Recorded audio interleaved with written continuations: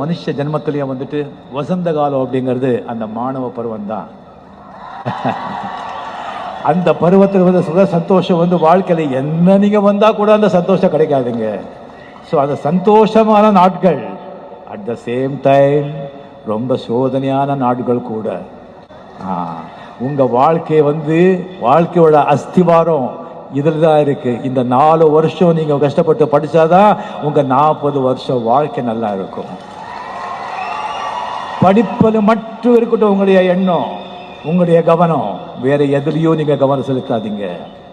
நீங்க காலேஜ் வந்து ஸ்டெப்ஸ் படிகள் ஏறும்போது நீங்க வந்து உங்களுடைய வாழ்க்கை, உங்களுடைய ஃபியூச்சர், உங்களுடைய எதிர்காலம், உங்களுடைய சந்தோஷம் மட்டும் இல்லை, உங்க அப்பா அம்மாவோட உழைப்பு, அவங்களுடைய சந்தோஷம், அவங்களுடைய எதிர்காலம் கூட சுமந்துக்கிட்டு அந்த படியை ஏறிட்டு இருக்கீங்க. அந்த மறந்துடாதீங்க.